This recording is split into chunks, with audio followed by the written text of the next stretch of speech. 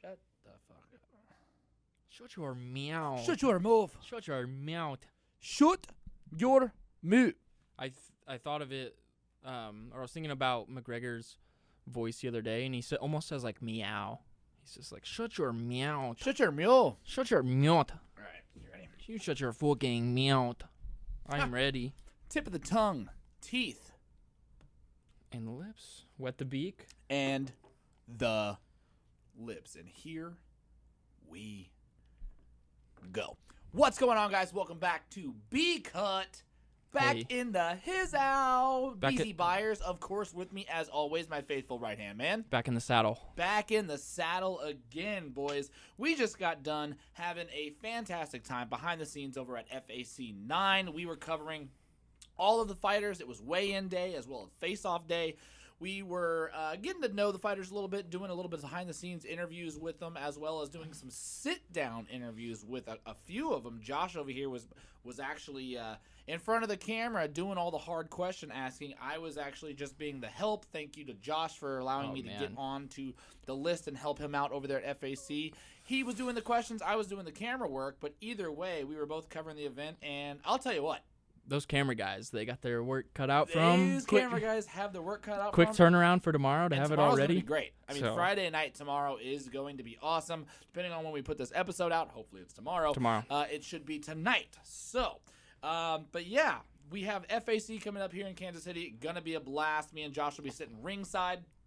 We will also be doing post-fight interviews, both of us, trying to put our big boy pants on and act like we belong somewhere. So hopefully getting the feelers out there and wish us luck because it's going to be fun, isn't it, Josh? So, I mean, FAC 9, if the hardcore MMA fans, you probably have heard of Jake Lindsay.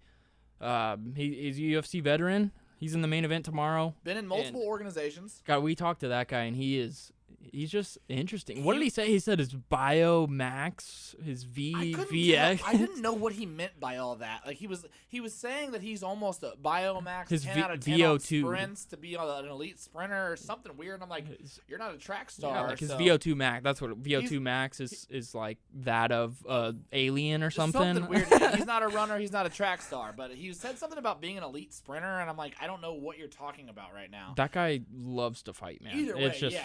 You can tell because he's fought in multiple organizations. He's fought in UFC. He's fought in Bellator. He's fought in now FAC multiple times. And he's also fought some kickboxing work as well as a Canadian promotion. I don't remember the name. He's got the belt currently, and he's got the lightweight belt. In he's Canada already set to defend it. Yeah, so you're right. Yeah, light heavyweight belt. I think they're 170. 170. Okay, yeah. I don't know. They got the metric system up in Canada. I don't know how that shit works. Yeah, apparently he's already got title defense bout already scheduled, and he's literally gonna fight tomorrow. I found that super interesting. That's cool. Well, it's kind of rare that you have a fight set up before the fight you're about to do, and he had that fight set up first. They came to him with this fight, and he's like, "Yeah, I'll take it. Why not?"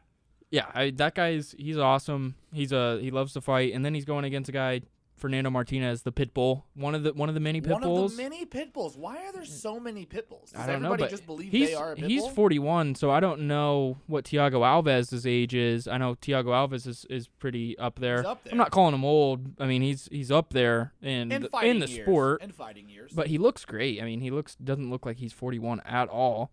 And he's rocking a 22-12 record, and he told us straight up, he wants to get into the UFC, and I mean, with this promotion in Kansas City, I don't doubt his ability to maybe even do that. I mean, I wouldn't put it past him. And I don't know if it was just the language barrier. I don't know if it's just his demeanor, but he seemed intimidating. Very nice guy. Very nice guy, yeah. Shook everybody's hand, was very thankful, but he looked pretty mean. Yeah, he's coming from all the way from Argentina, fighting in the main event tomorrow night.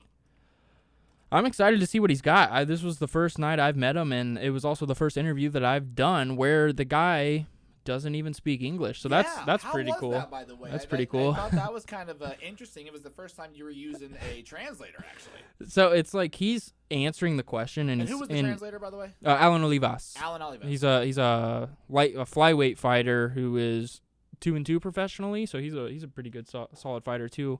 Very young guy, so up and coming. He was our translator. You got to do what you got to do, find the translator, speaking Spanish.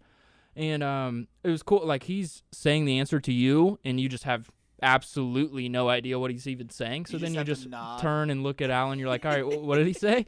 And you're like, all right, cool. That's a good answer. I mean, I think he translated perfectly. And so, I mean, I'm excited for that. Other than that fight tomorrow night, we got to look out for Marshall Kemp. I'll tell you, he's 2-0. He's fighting Oscar. Forgive me for not Oscar Ahuidez, something like that. But it's going to be a big test for Marshall Kemp. He's 2-0, just signed to Iridium Sports Agency. I'm excited to watch him fight. And then Isaac Dolgarian is we've had him on the show. He is a big prospect in the sport. Last weight cut, he looked a little tired and stuff. I know he had not a rough weight cut, but I remember he said he threw up after the weight cut or during the weight cut. He looked great tonight. He looks fresh. He looks ready to go. So we'll see how he performs tomorrow night. But if he goes 3-0 professionally, that guy is on his way. His trajectory is huge on the come up. If he keeps racking up these wins. So tomorrow night, depending on if he gets it done and how he gets it done, that is such a name to look out for. Tomorrow we also have on the card for FAC Isaac, the Midwest Dolgarian. Mm-hmm. Good friend that's of the what show. I was talking about. Good friend of the show. That's what I was talking about. Yeah. Yeah. He's Yeah. Oh, I apologize. I'm sorry. I was doing some research over here, trying to. Yeah, FAC is not on Tapology right now, so I'm trying to find it. It should be. I mean, I think it is. It wasn't on their slider, but yes, Isaac should be set for a victory tomorrow with his opponent. I don't think it's going to be too much of a challenge right now. He seems primed and ready. He's got the battle braids going. He said his auntie or his mom braided him up. His auntie and then my guy Stefan. Yeah, lined him up, freshened him up. He was looking good. He's looking ready to go. Is there anybody else on the card tomorrow that you haven't seen fight that you're looking forward to see fight? Because I'll tell you what, those two dudes, the two heavyweights. I was gonna say that. I can't wait for them to go to battle, my guy. Max McNeely he's a 5-4 pro, but I loved his interview because he was very confident. You could tell he was very real with it. He wanted to be entertaining, and I respect that. I respect that a lot when a guy wants to just be as entertaining as possible, and he noted his frame and his slender that he's going to be he's going to surprise people tomorrow. And the guy he's fighting also has a fantastic story because it's the first time he's fighting Niall Bartling. He has a gunshot wound to his foot, and he's back. It took him a long time. Weirdly enough, it was a self-inflicted gunshot wound. I think it was a shotgun too. He said he shot. But from the story he told, it sounded like he was using his foot, or I'm not sure how it happened, but he said that the shotgun discharged into his foot, and basically he could use his foot as a scope because he could see right through his foot. That is disgusting, first of all. That's your co-main event tomorrow, baby. He's your co-main event tomorrow, and I'll tell you what, those boys are going to go to battle because, one, they're both massive human beings. Mm-hmm. Two, one's a former Ohio State, Nebraska wrestler. The other one just looks like a good old country boy killer. So I'm excited to see both Niall's these boys big boy. go to battle. I'm excited for that fight. And then Marshall Kemp, Isaac, a lot of those guys. And then you always have that element of surprise in FAC is maybe you don't expect a guy to win and they go out and make a name for themselves. So that's what I love about this event and why everyone should tune in tomorrow. Tomorrow, 7 o'clock start time. Tonight. Cable Tune in tonight. Arena, formerly known as Silverstein Eye Center Arena. Gonna be a good time. We are gonna be sitting there ringside. Also, gonna be doing post-fight interviews. So if you guys do get a chance, watch it on UFC Fight Pass. If you are not there, if you are there, just enjoy the fights. It's gonna be an awesome time. If you guys want, me and Josh are gonna be there. We'll probably hang out a little bit afterwards. If you are at the fights, if you recognize us, come on and say what's up. We're gonna have a good time. But we also tap in. Have this weekend UFC Vegas 33, Uriah Hall versus Sean Strickland, and I'm pumped for this one because it's been a little while since we've seen Uriah fight, and just from we saw him fight last time. Oh, we saw him fight when he broke Anderson Silva's leg. Chris Weidman. I'm sorry, Chris Weidman.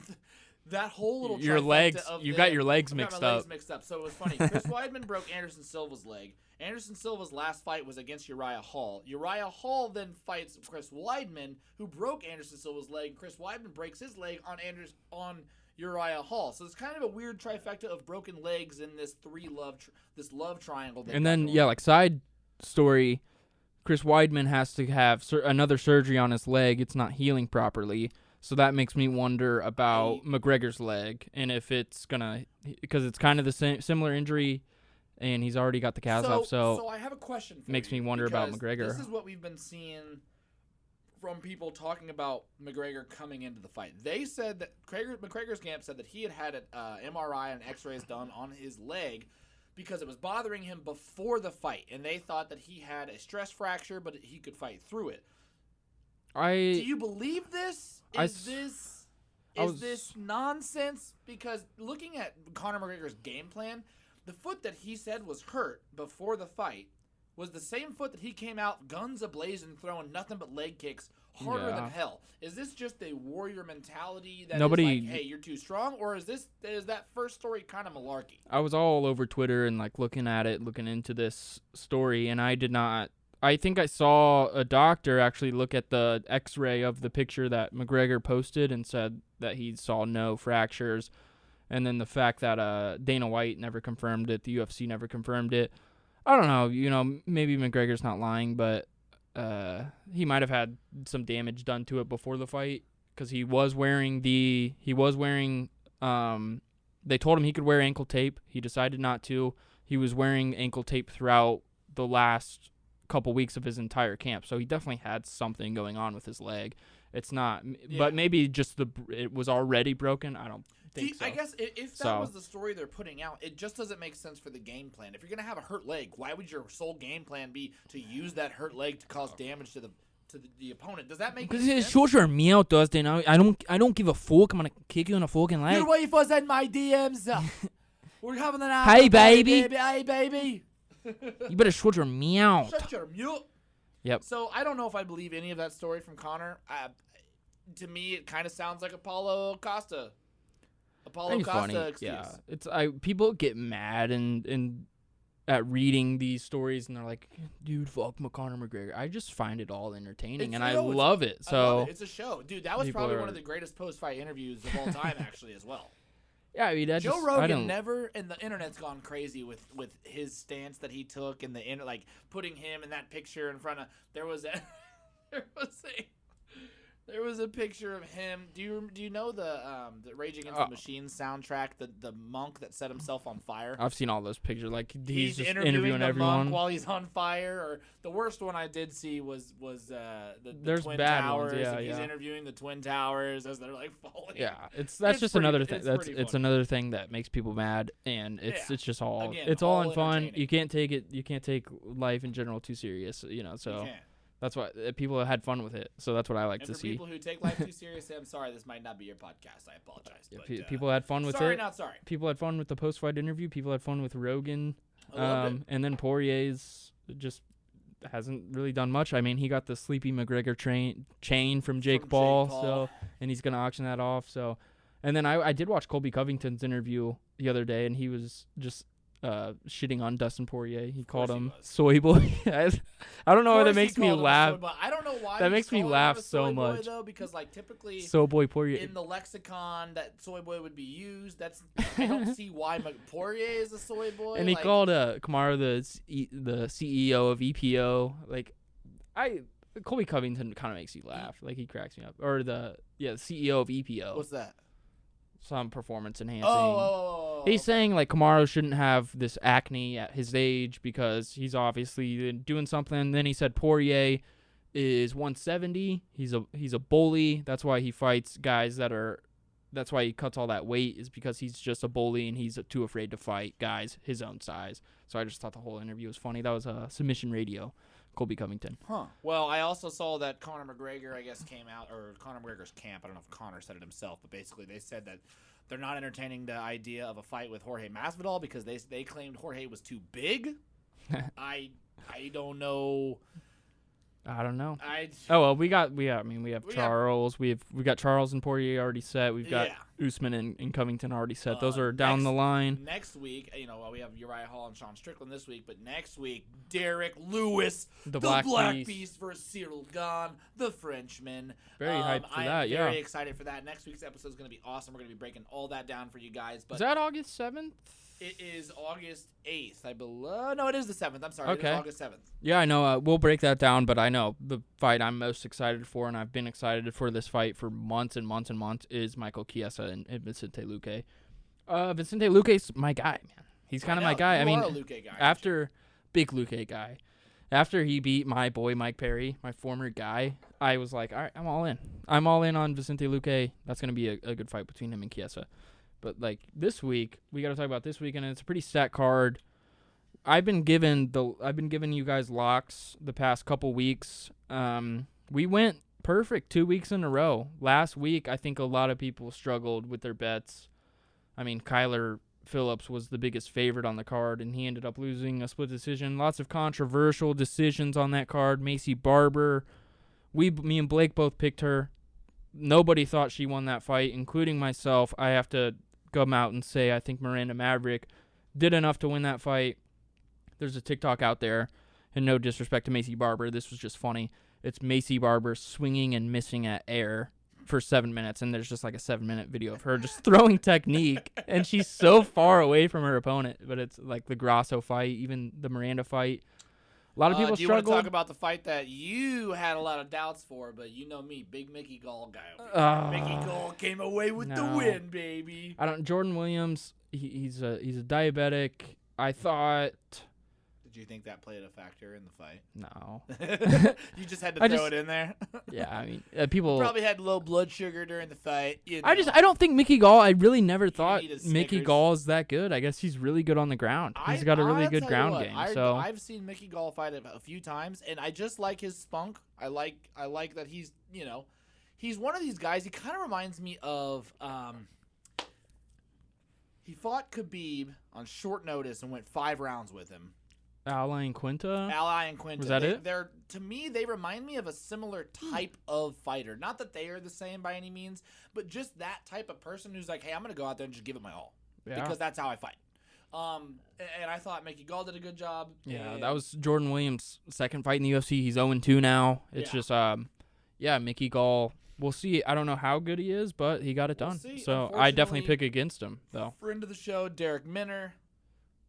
Was whooping some ass. Dominated, in the beginning, man. Yeah, it was dominating. And then just damaged Darren Elkins out here. Just he can't. He's one of those guys. Well, Darren Elkins, Elkins, kind of a zombie. He's a sumbitch. That's he's just a son of a bitch. He will. I mean, when you're someone texted me this in our MMA group chat, but it's like when your strategy is to get your ass beat until the guy gets tired. Until the guy gets tired. then you start to actually fight. I mean, it's a bold strategy, but it works out for Darren Elkins. Bold strategy, Cotton, but how did it pan out? Not well for Derek Minner, unfortunately. But I know he'll be back up on his horse. That's just kind of it's not a good game plan by Darren Elkins, but it works out. It's not a great game plan. It probably doesn't bode well for injuries in your career or head damage later. But congrats to that guy. Get the dub however you can. Kyler Phillips was kind of a surprise to both of us. We had both picking Kyler Phillips. Great fight. Yeah, I mean, he's his career trajectory is still up there, but Paiva earned every bit of that fight that night because he got dominated in the first round. Some people thought it was 10-8, and then started to come back. Slowly just started to come back and put it on Kyler Phillips, and ended up, people thought it was a draw, but he ended up getting the split decision, I want to say.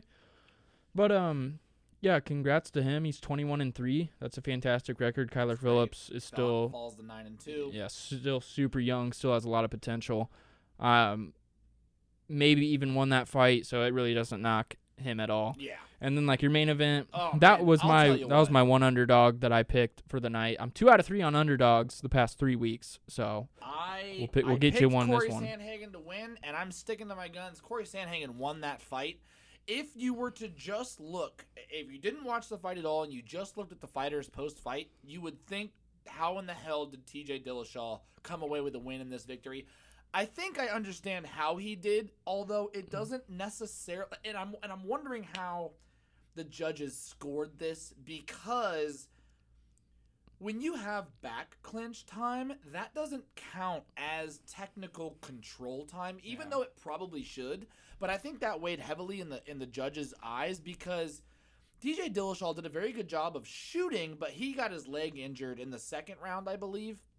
I think in the first round. It was the first round. He got his leg injured in a tangle with Corey Sandhagen. He was kind of leaving it out there, and Sandhagen got a hold of it, tried to do an ankle twist on him, or ankle lock on him, and it didn't pan out, but it clearly hurt Dillashaw to where he wasn't able to get as much explosion on a takedown. What he did was actually very veteran fighter-esque of him, was shoot the takedown, but just get back control. If I can get back clinch control, which he did, he was able to maneuver the fight along. I thought Corey Sandhagen put on a striking clinic. Yeah, he didn't do enough. Didn't take enough damage, so I didn't see. He had more significant strikes. He had more significant strikes on his feet. Now, Dillashaw beat up the legs, had way more leg points, as well as that kind of phantom control time that isn't technically counted in official control time, but I think that's what won the judges over in the end. I think Sandhagen probably won that fight. You could give it to him. He didn't do enough to put away TJ Dillashaw. I mean, I rewatched the fight, which I can't believe again, because and he was on point. Like TJ is a tough bitch because he should have finished him. I mean, TJ couldn't even take his back because his knee was, or he couldn't fully take him down, sink his hooks in on the back because his legs, and he said that in the post fight interview. Yeah, he said he tried to stick the leg in one time and watch that. He Yeah, knew that was jacked, but. That's kind of your breakdown from last week's card. His defense, I love his defense because he'll just put his hand right here on his forehead and just stalk you. I think that looks the reason I think he did that was because he had split his eye, but wide open. But that's his defense. He's coming in on you. He just wanted to cover that thing, sit it here, whop, and whop. People have their hands up like this. I love this. He's almost playing one-eyed Captain Morgan Peekaboo over here. He was playing defense like this, and I fucking thought it looked so sick. It looked so sweet. It's almost like when Floyd hides behind the glove. He's stalking you, but he's got his hands on his head, and he can just very quickly throw them at you. So I thought that was dude, if I have defense, if I ever get in a street fight, I'm doing that. Overall, it was a great card. I thought very entertaining. The final fight was fantastic. Good card. So. But going back to this weekend, Uriah Hall versus Sean Strickland. Josh, you want to give your locks for this week? We got we got some up and comers. We've got some famous. I say famous. We got some vets, and then we also have some guys that will surprise you. We also have one of, I'd say, local guys, Jason the Vanilla Gorilla Witt, coming back into the octagon after an unfortunate loss to his last opponent, but I'm feeling good about him versus Brian Barberena. Barberena is a beast. He likes to strike. Jason Witt in his pre-fight interview today said he likes his ability to mix up the ground with the strikes and everything. So if he can get it to the ground, I like his chances a lot, and it's starting off the main card, so I like it a lot. Let's get my locks. I like to start off with the underdog. Like I said, we're starting fresh from this week and being perfect. I want people to trust me. I want people to trust us. I would like people to trust us because if you're we're going to be accurate. Don't trust us, that's pretty bad. So I'll start off with my underdog. I tell people not to bet this, but if you want an underdog to pick, go with this guy. You could go with Uriah Hall. He's plus 155 this week, and I think he's got a good chance to win. However, I am not going to pick him. I'm going to pick Zaruk Adeshev, who was calling out Jeff Molina for a very long time. He's plus 120, plus 110, so a very tiny underdog against Ryan Benoit. Ryan Benoit had the weight cut troubles last time and was, passed out on the scale, wasn't able to fight. So is it? I'm sorry, let me interject. Is it Benoit or is it Benoit? I think it's Benoit, okay. But Ryan, to be honest, I don't know. I think he was on The Ultimate Fighter. I remember him. And then Adeshev was scheduled to fight Jeff Molina in his UFC debut. Jeff got COVID, so that didn't happen. If Zaruk Adeshev wins, I could see him calling out Jeff Molina. I really could, because he's been doing it for so long. A lot of people are calling that guy out. But Jeff Molina today just got a fight announced. which was cool. We had breaking news today. Yeah. Guy on the show, Jeff Molina. Molina's going to be Color. announcing. He's color, yeah. He's color announcing for FAC on Friday, so that's going to be awesome as well. When we talked to Sean Wheelock tonight, and Sean Wheelock is the guy who... He's the man. We will be looking to hopefully have Sean Wheelock on the show. He's awesome. He said he would be down to do it. You've been no promises, everybody, but we're trying to get it in there. You cover the game for so long, and people know him for covering Blueface's boxing match, which is it's funny. You know, I hate to go up and talk to him just directly about that because I know he's got so much experience in really good fights, but I just wanted to know about that because that was probably such an interesting experience for Sean Wheelock. But he was the lead commentator with Fuzi Tube and Keemstar for the Blueface good old Keemstar and Kane Trujillo boxing match, which I tuned in for sure. But yeah, my underdog is Zaruk Adashev, 125 bout. I think he can beat Ryan Benoit. And then if you want my locks, I'll give you two because I got to give you two. I'm gonna go with Ronnie the Heat Lawrence. So okay, that's so funny that you just said that because I was just looking at this, and Trevin Jones was the one who said he had the best boxing in that entire bantamweight division, didn't he? Trevin 5-star Jones. He claimed he did. Trevin 5-star Jones, I watched his last fight. That's all I need to know, and he dominated. It was beautiful. Basically knocked down to ground and pound round 2, knocked him out versus... One second. But Ronnie Mario Lawrence. Batista. Mario Batista. Yeah, Mario Batista's got some good wins. Mario. I think he's got a win over Miles Johns, who was one of my locks a couple weeks ago. He was supposed to fight Zohan Costa, the Zohan. You don't want but those. It never happened. You don't want those problems. So, ended up fighting Mario Batista. I'm going to pick Trevin Jones in this match. So why do you lean towards That's my Ronnie lock, Lawrence? man. Ronnie Lawrence seems to have all the makings of a superstar. He is fantastic striking. He's super fast. He's got great technique. He's flashy. He's powerful.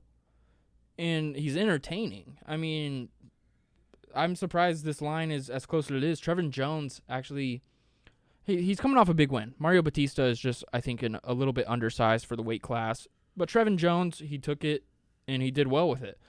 But I really like Ronnie Lawrence. Ronnie Lawrence is one of I think a lot of people could agree with me about Ronnie Lawrence and seeing. I'm surprised he's the second fight on the card because after this fight, and if he wins and he wins dominantly, I could see the UFC really pushing this guy to another. More of a main card guy going down being the line. more of a main card guy pushing him down the line because his last performance was incredible. I'm a little surprised that both of these guys are the second fight. Incredible. I love it. So that's going to be, if anything, this fight card is going to be starting off pretty hot. Oh, yeah. Well, I mean, if that's going to be your second fight, then followed up by Ashley Yoder and Jinyu Frey. I think Yoder came in and she had a lot of pop in the beginning and she had a lot of hype. She unfortunately lost to Angela Hill in her last bout, but she beat Miranda Granger before that. But then she had 2 losses before that. So it doesn't matter if Jinyu Frey's fighting, I'm picking against her. We've already talked. It's in an episode. It's so in an episode. You got Yoder. If that was going to be a lock, it'd be Yoder. I will never pick Jinyu Frey. Okay. I just haven't. She technically has a better record, but she's got worse competition. Well, I'm never gonna pick her. Sorry. Can I ask why? What's your I didn't know you had a beef with Jinyu. She didn't like your Instagram post. It's like I'll pick her. It's weird. I'll pick her, and this is just it's very petty. But I'll pick her, she loses. I don't pick against her, she wins. I'm always like, yeah, she's just. I'm never right calling a Jinyu Frey fight. I thought, I learned my lesson. I'm done picking Jinyu Frey to win. And then she wins. And then, Ashley Yoder, bit of a bigger name. That is going to be my second lock. Give me that. Really? I'm picking there Ashley Yoder. Yeah. There's no way. I mean, there's a lot of people I could pick. There's Strickland, I think, has a really good chance. Colin Anglin making his UFC debut. I'm looking at really the good, Nicholas Stoltz versus Jared Gooden fight. Orion Kosi. Are you telling me Jared Gooden's going to win? No, that's the one. Okay. I want to know what you think because Jared Gooden took this fight on 4 days' notice. Really? So he's stepping up. Respect to him. Ultimate respect to him. but he just did not look good. He's got like the longest neck I've ever seen out of anybody. Very long neck. He actually. It's like I don't know where the back of his head stops. He somewhat reminds me of a David Goggins, if you know who David Goggins is. Yeah, I don't know where his back starts and the top of his head ends. It's like it's all one kind of. He just looks like a predator, an apex predator. Respect for that. Jared Gooden coming off of a loss to Abubakar Nurmagomedov. Yes, I nailed that shit, didn't I? Joban fought Alan Joban, lost to him last year. Happy retirement. Right at the end of the year. So yeah, I don't know enough about Nicholas Stoltze. Respect to Jared Gooden for taking the fight on 4 days' notice. Just Stoltz. Yeah. There's no E at the end. Stoltz.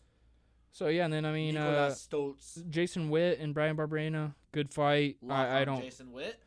I love Jason Witt. He's a good guy.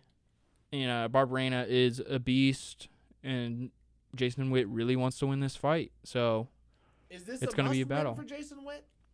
To keep his trajectory, is this a must win for Jason Witt?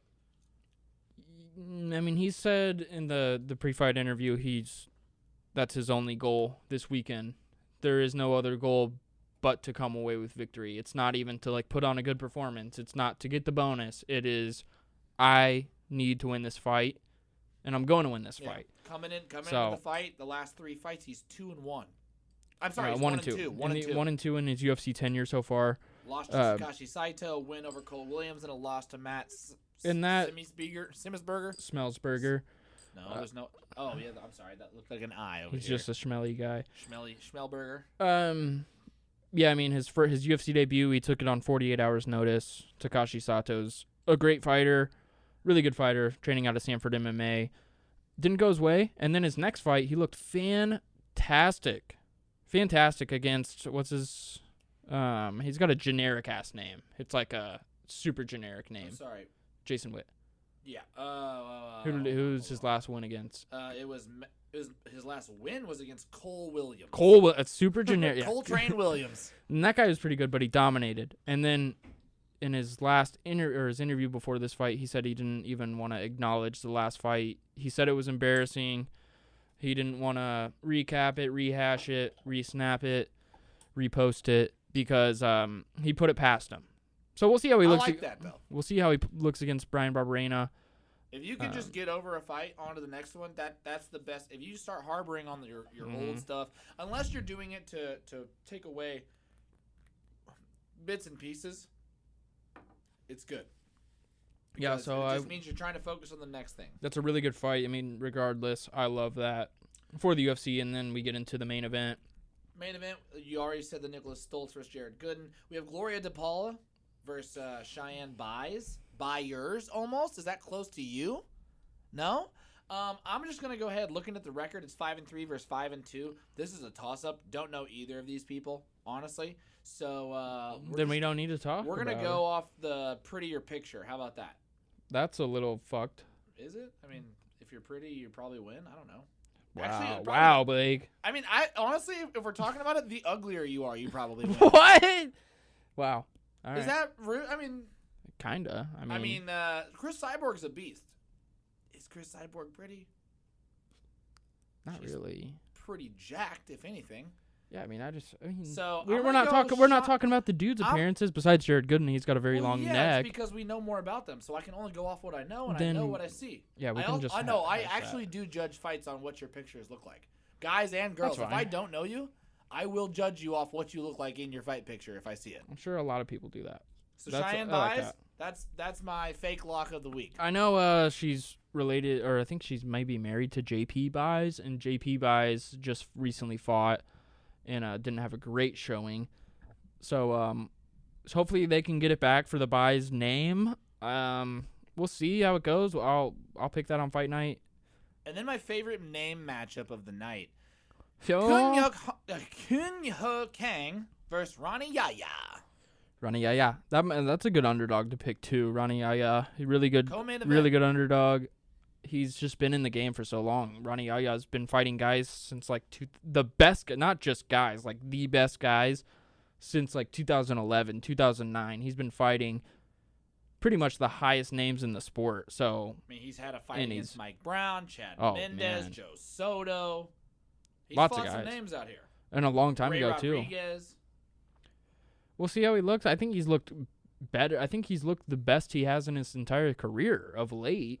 Especially in his last win, he looked fantastic. I think he's coming off a win, correct? Or how many wins? Just one, or Ronnie's 27-10 and Wow. 27-10-1, coming off a win versus Ray Rodriguez.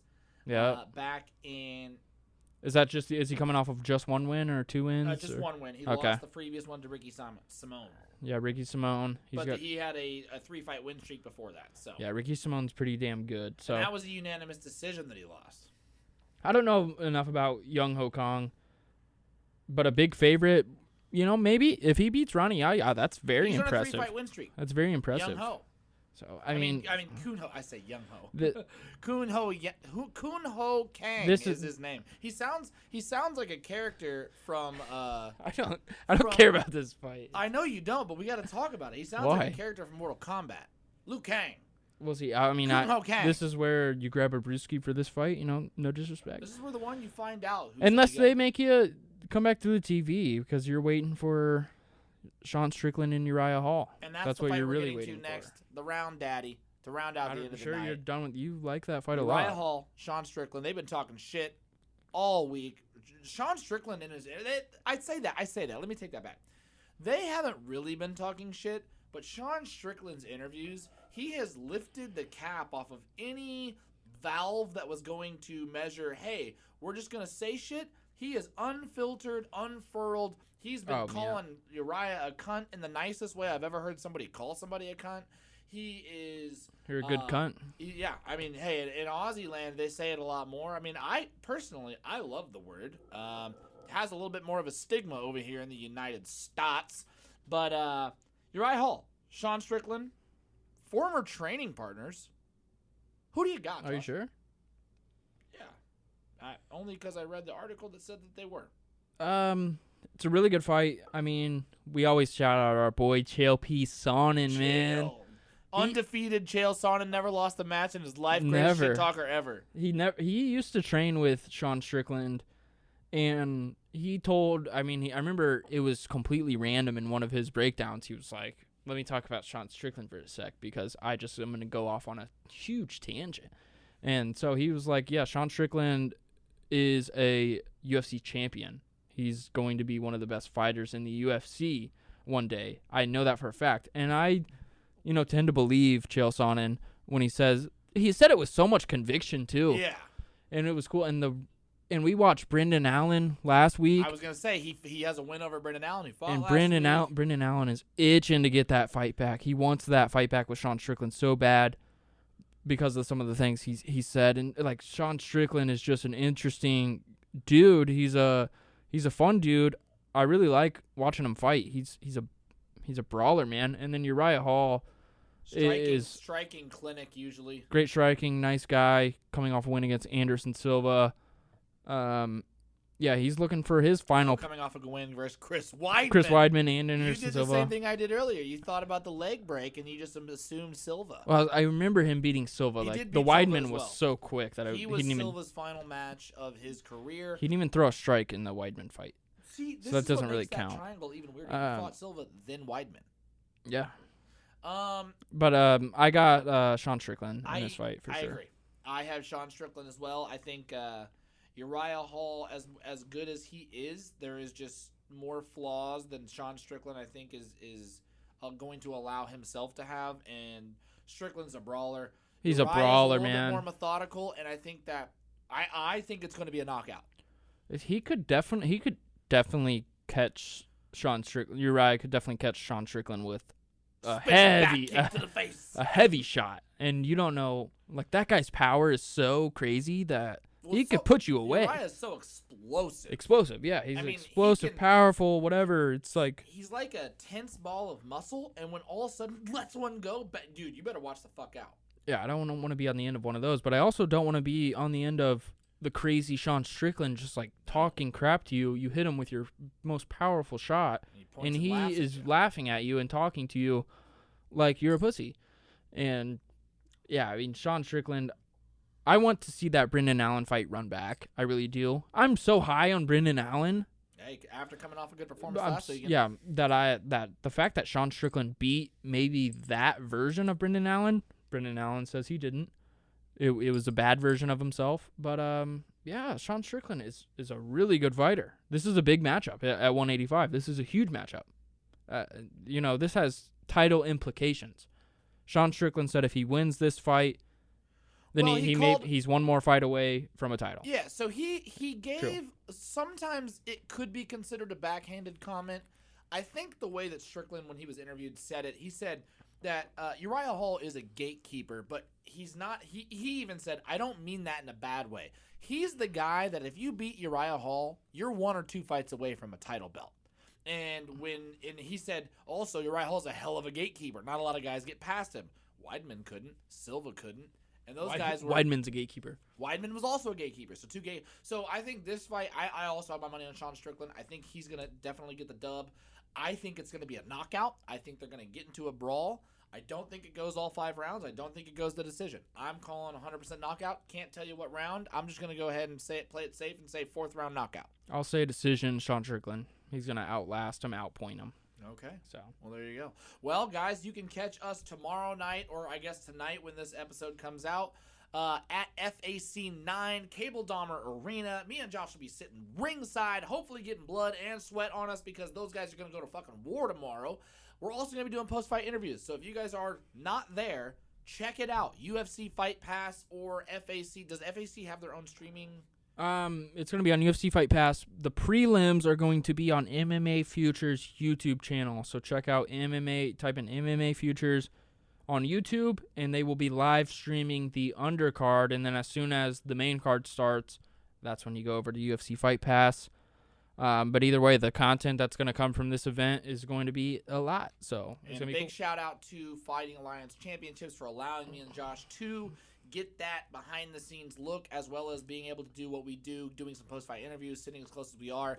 And a big shout out to Josh just for having the connections that we do and that he does and just getting this thing up and rolling. So we appreciate you guys all. As always, we will be back. You will be seeing content from us. That's a lock. A lot more coming in.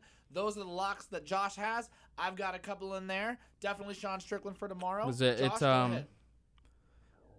Who is it? It is Ronnie Lawrence and then Ashley Yoder. My 2 locks. My underdog is Zaru Kadashev. That's it. There you go. That's the show. BCUT boys coming at you guys. We'll be back tomorrow or tonight, depending on when you're seeing this episode, and we're going to be bringing you the best of all content coming up. Peace. Peace.